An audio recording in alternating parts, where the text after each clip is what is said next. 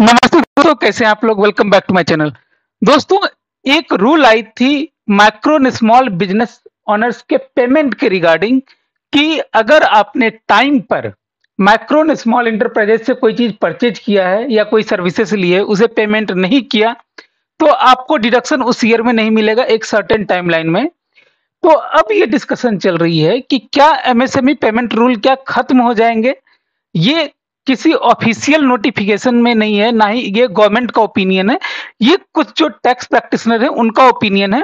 तो हम जानने की कोशिश करेंगे कि क्यों वो बोल रहे हैं कि एमएसएमई के पेमेंट रूल या तो खत्म हो जाएंगे या इसमें मेजर ट्रांसफॉर्मेशन आएगा। तो सबसे पहले हम समझेंगे आज की वीडियो में कि 43BH जो एमएसएमई पेमेंट रूल है वो क्या है, कब से एप्लीकेबल है, क्यों एप्लीकेबल हुआ था। ये सारी डिटेल जानने के बाद हम जानेंगे कि प्रॉब्लम क्या है जिसकी वजह से ये एमएसएमई रूल खत्म होने की बात की जा रही है। तो सबसे पहले 43BH ऑफ इनकम टैक्स ये क्या बोलता है। तो ये फाइनेंस एक्ट 2023 से इंसर्ट किया गया था। इसमें बोला कोई भी पैसा sum own to micro and small enterprises. अब एमएसएमई में मीडियम इंटरप्राइजेज भी आता है, तो मीडियम इंटरप्राइजेज नहीं, सिर्फ micro and small enterprises for goods and services given may be deducted in the same year if it is paid. मतलब अगर आपने एमएसएमई से कोई गुड्स लिया है, एमएसएमई नहीं मतलब माइक्रो एंड स्मॉल इंटरप्राइजेस से कोई गुड्स लिया है, कोई सामान लिया है या फिर कोई आपने सर्विसेज ली है और उसका पेमेंट अगर आपने डेडलाइन के हिसाब से नहीं किया तो आपका डिडक्शन उस ईयर में अलाउ नहीं होगा। अगर कर दिया तो उसी ईयर में अलाउ होगा। ये कब से इफेक्ट में आया है?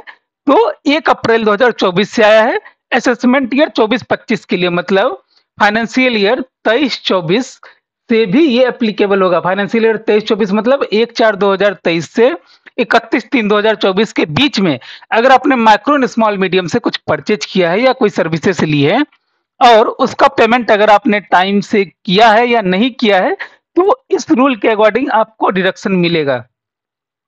अब आते हैं कि टाइम लिमिट क्या है। तो इसमें बोला कि अगर माइक्रो एंड स्मॉल मीडियम से अगर आपने कोई एग्रीमेंट कर रखा है कि हम 60 दिन में पेमेंट देंगे या 90 दिन में पेमेंट देंगे या आपका पेमेंट साइकिल 120 दिन का होगा या 15 दिन का भी होगा इवन, तो आपको 45 दिन के अंदर अंदर आपको पे कर देना है। Payment shall be made as per the agreed mutual timeline not exceeding 45 days. मतलब अगर हमने बोला 30 दिन में दे देंगे तो फिर 30 दिन में दो, अगर आपने बोला 60 दिन में दे देंगे तो भी आपको 45 दिन में देना पड़ेगा। आपने अग्रीमेंट किया कि 90 दिन में दे देंगे तो भी आपको 45 दिन में देना पड़ेगा। और अगर कोई रिटर्न अग्रीमेंट नहीं है तो 15 दिन, जिस दिन सप्लाई मेड किया उससे 15 दिन के अंदर अंदर आपको पेमेंट करना है। तो ये क्या ट्रेडर्स के लिए एप्लीकेबल है? होलसेलर जो होते हैं या फिर रिटेल ट्रेडर्स हैं तो उनके लिए एप्लीकेबल नहीं है। देखिए एमएसएमई के क्लासिफिकेशन में होलसेल एंड रिटेल ट्रेडर को भी लिया गया था सिर्फ बैंकिंग में उनको प्रायोरिटी सेक्टर क्लासिफाई करने के लिए कि उनको जो इंटरेस्ट कंसेशन जो एमएसएमई को मिलती है उसका बेनिफिट मिल सके। इस रूल के लिए एप्लीकेबल नहीं होंगे, तो होलसेलर और रिटेलर इस रूल से एप्लीकेबल नहीं होंगे। तो मतलब अगर मैं एक फैक्ट्री हूं और मैंने किसी होलसेलर से कुछ सामान खरीदा है तो ये रूल उस पर एप्लीकेबल नहीं होगा। इफेक्टिव डेट में पहले ही बता चुका हूं 1/4/2024, फाइनेंशियल ईयर 23-24, असेसमेंट ईयर 24-25। अब पूछेंगे एमएसएमई बोलेंगे किसको? तो माइक्रो इंटरप्राइजेस को बोलेंगे अगर आपका इन्वेस्टमेंट इन प्लांट मशीनरी और इक्विपमेंट 1 करोड़ से ज्यादा नहीं है लास्ट ऑडिटेड के हिसाब से। ऐसा नहीं कि आज की डेट में, लास्ट ऑडिटेड में 1 करोड़ से ज्यादा अगर आपका प्लांट एंड मशीनरी में या इक्विपमेंट में इन्वेस्टमेंट नहीं है और एनुअल टर्नओवर 5 करोड़ से ज्यादा नहीं है। मतलब अगर आपका मानते हैं 99 लाख का investment in plant and machinery है और एनुअल टर्नओवर 6 करोड़ है तो आप माइक्रो नहीं रहेंगे। एनुअल टर्नओवर भी 5 करोड़ या उससे नीचे होना चाहिए और आपका इन्वेस्टमेंट भी 1 करोड़ उससे नीचे होना, दोनों कंडीशन सेटिस्फाई होनी चाहिए। स्मॉल के लिए यही है, प्लांट एंड मशीनरी इक्विपमेंट में 10 करोड़ और एनुअल टर्नओवर 50 करोड़ से ज्यादा नहीं। और मीडियम के लिए 50 करोड़ मशीनरी इक्विपमेंट और 250 करोड़ टर्नओवर। अब ये मीडियम इंटरप्राइज के लिए एप्लीकेबल नहीं है। क्यों? क्योंकि आपको देख के लग रहा है ये कुछ बड़े टाइप के यूनिट होंगे जिनमें 50 करोड़ की इन्वेस्टमेंट लगी होगी, 250 करोड़ का टर्नओवर होगा। ये बड़े लोगों के लिए एप्लीकेबल नहीं है, छोटे लोगों के लिए एप्लीकेबल है। क्यों ये रूल बनाया गया था?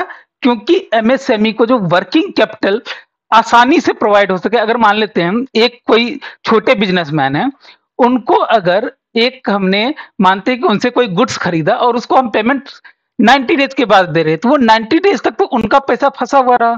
तो उनके वर्किंग कैपिटल को स्मूथ करने के लिए ये चीजें की गई थी। अब एक एग्जांपल से समझते हैं। मान लेते हैं 29/3/24 ये हमारा फाइनेंशियल ईयर 23-24 आ जाएगा और असेसमेंट ईयर 24-25 आ जाएगा।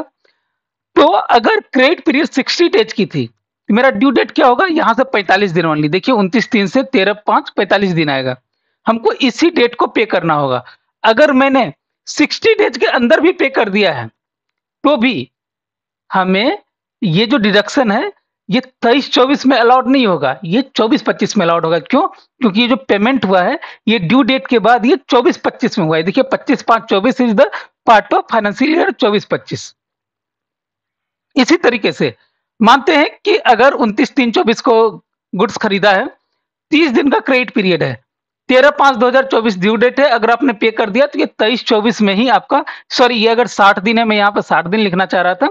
तो अगर आपने 13/5 तक पे कर दिया है तो भले ये 13/5/24-25 का पार्ट है, ये 13/5 ध्यान से देखिएगा, ये 24-25 का पार्ट है, बट ये आपको फाइनेंशियल ईयर 23-24 में आपको डिडक्ट हो जाएगा, क्योंकि आपने जो एक्सेप्टेंस दिया था गुड्स का वो 29/3/2024 को दिया था, जो फाइनेंशियल ईयर 23-24 का पार्ट था।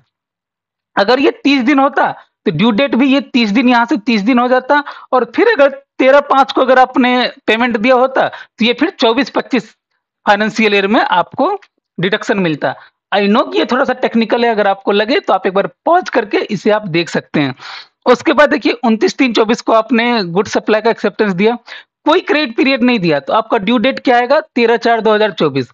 अगर आपने 13/4/2024, क्योंकि 15 दिन ही आपको मिलेंगे अगर कोई एग्रीमेंट नहीं है, तो अगर 13/4/2024 को पेमेंट कर दिया, दो 13/4/24 falls under the financial year 24-25, but आपको सिंस आपने एक्सेप्टेंस दिया था गुड्स का 29/3/2024 को, जो पार्ट था फाइनेंशियल ईयर 23-24 का, आपको फाइनेंशियल ईयर 23-24 में ये पेमेंट आपको अलाउड हो जाएगा।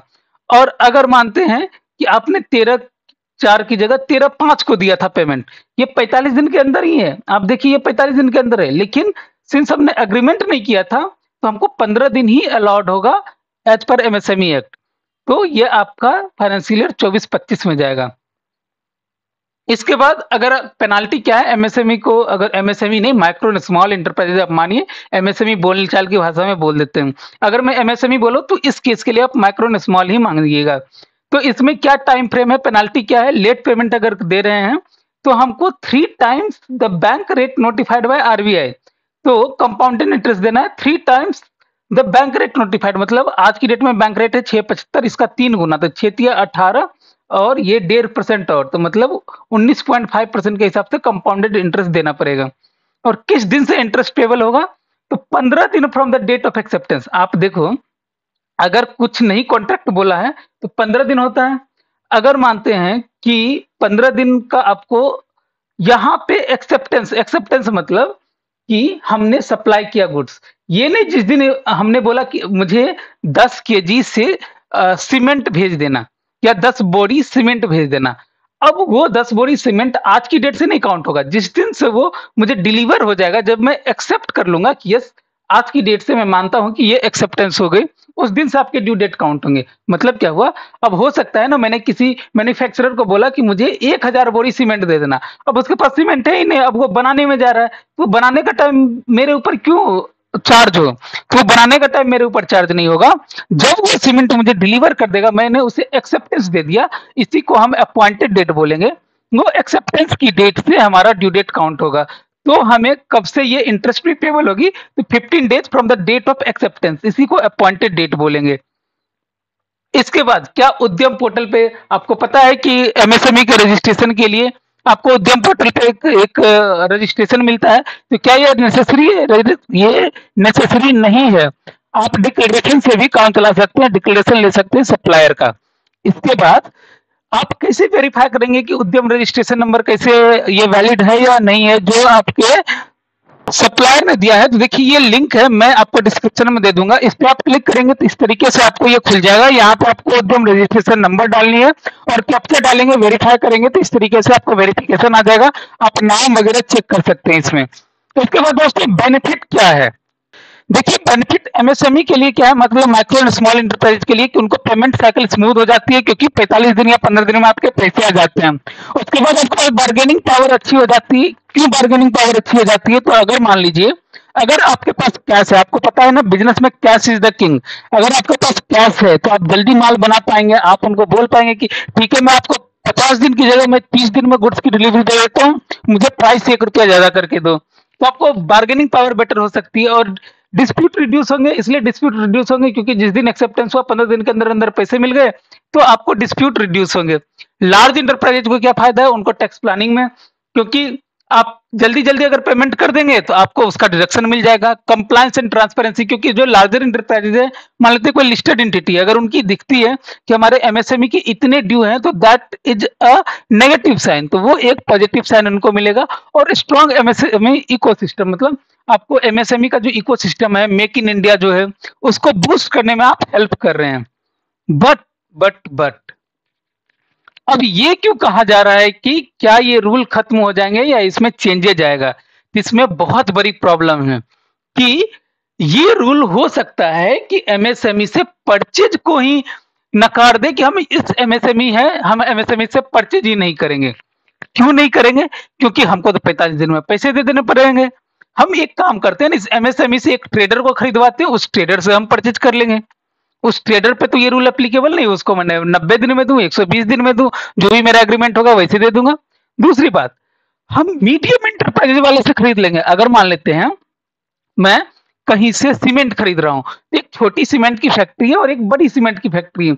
बड़ी सीमेंट की फैक्ट्री मीडियम में आती है, छोटी सीमेंट की फैक्ट्री स्मॉल या मैक्रो में आती है। अब मैं बोलूंगा मैं छोटी वाली से नहीं खरीद के मीडियम वाली से खरीद लूंगा। मीडियम वाले को मैं 90 दिन में भी पैसा दूंगा तो मुझे डिडक्शन मिल जाएगी। तो ये एमएसएमई से परचेज करने में एक बहुत बड़ा हर्डल क्रिएट करेगा, जो गवर्नमेंट भी देख रही है। और ये एक बहुत बड़ी प्रॉब्लम है कि जिस पर्पस के लिए एमएसएमई को बूस्ट करने के लिए रूल बनाया गया था, वो हो सकता है कि इससे और वो जो पर्पस है वो पूरा होता हुआ नहीं दिखेगा। दूसरा, कभी कभी क्या होता है कि जो फैक्ट्री होती है उसकी साइकिल 45 दिन से ज्यादा होती है।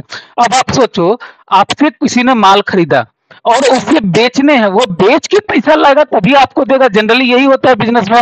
अब आप सोचिए कि कोई सीजनल इंडस्ट्री है, जैसे काजू की फैक्ट्री। अब काजू की फैक्ट्री ने किसी से माल खरीदा, अब किसी एमएसएमई से माल खरीदा। अब काजू की फैक्ट्री सीजनल फैक्ट्री है, अब एक बार यहाँ पे सारा माल डंप हो जाता है, वो प्रोसेस होकर पूरे साल बिकता है। तो डू यू एक्सपेक्ट कि वो काजू की फैक्ट्री उस जो जिनसे उन्होंने माल खरीदा है उनको टाइम पर 45 दिन के अंदर अंदर पेमेंट कर पाएगी? 45 दिन के अंदर अंदर तो उनकी माल ही नहीं बिकेगी।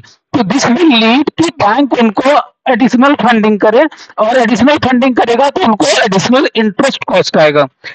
Same goes with sugar cane industry, या इस तरीके की जितने भी आपको सीजनल इंडस्ट्री है जहां पे वर्किंग कैपिटल साइकिल जो है, वर्किंग साइकिल मतलब आपका पैसा रियलाइज होने में बहुत टाइम लग जाता है। कंस्ट्रक्शन एक्टिविटी सच एज, इसमें जैसे मान लेते हैं कि अपना का गवर्नमेंट कॉन्ट्रैक्ट है, आपने किसी एमएसएमई से माल लिया और वो गवर्नमेंट कॉन्ट्रैक्ट पे पैसे आने में उनको टाइम लगेंगे। अब इतने वर्किंग कैपिटल तो उनके भी पास नहीं होते। तो इस केस में जहां पे cycle is more than 45 days, वहां पे प्रॉब्लम आने वाली है। और रॉन्ग प्रॉफिट डिटेल, सपोज कीजिए इस बार की मेरी प्रॉफिट 100 करोड़ की है, लेकिन मेरा एमएसएमई का ड्यू रह गया है 150 करोड़ की, तो ये मेरा नेगेटिव पैट दिखेगा इसमें। मतलब प्रॉफिट आफ्टर टैक्स हमारा बिल्कुल यहाँ पे निगेटिव दिखेगा, क्योंकि वो डिसअलाउ हो जाएगी एक्सपेंसेस। ऑल्दो मैं प्रॉफिट में हूं, लेकिन वो मेरी एक्सपेंस डिसअलाउ होगी। और अगले साल क्या होगा, सिंस अगले साल मैं पे कर दूंगा, तो अगले साल यही मेरी प्रॉफिट डबल दिखेगी। तो अगर मैं बैंक के हिसाब से देखूं तो मैं बोलूंगा भाई मैंने नेगेटिव प्रॉफिट से सीधा देखो इतना 200 करोड़ प्रॉफिट कर लिया। तो ये एक रॉन्ग प्रॉफिट डिटेल जाएगा और ये एक बहुत बड़ी प्रॉब्लम आएगी।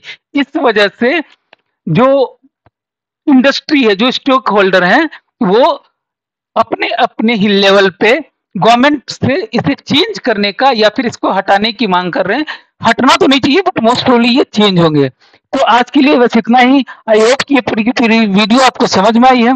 अगर आप मुझसे कनेक्ट होना चाहते हैं तो सी ए रितीश राज इज द नेम, जो आप यूट्यूब, फेसबुक, इंस्टाग्राम, एक्स और लिंक्डइन पे सर्च कर सकते हैं। ये मेरी ईमेल आईडी और ये हमारी टीम का फोन नंबर है।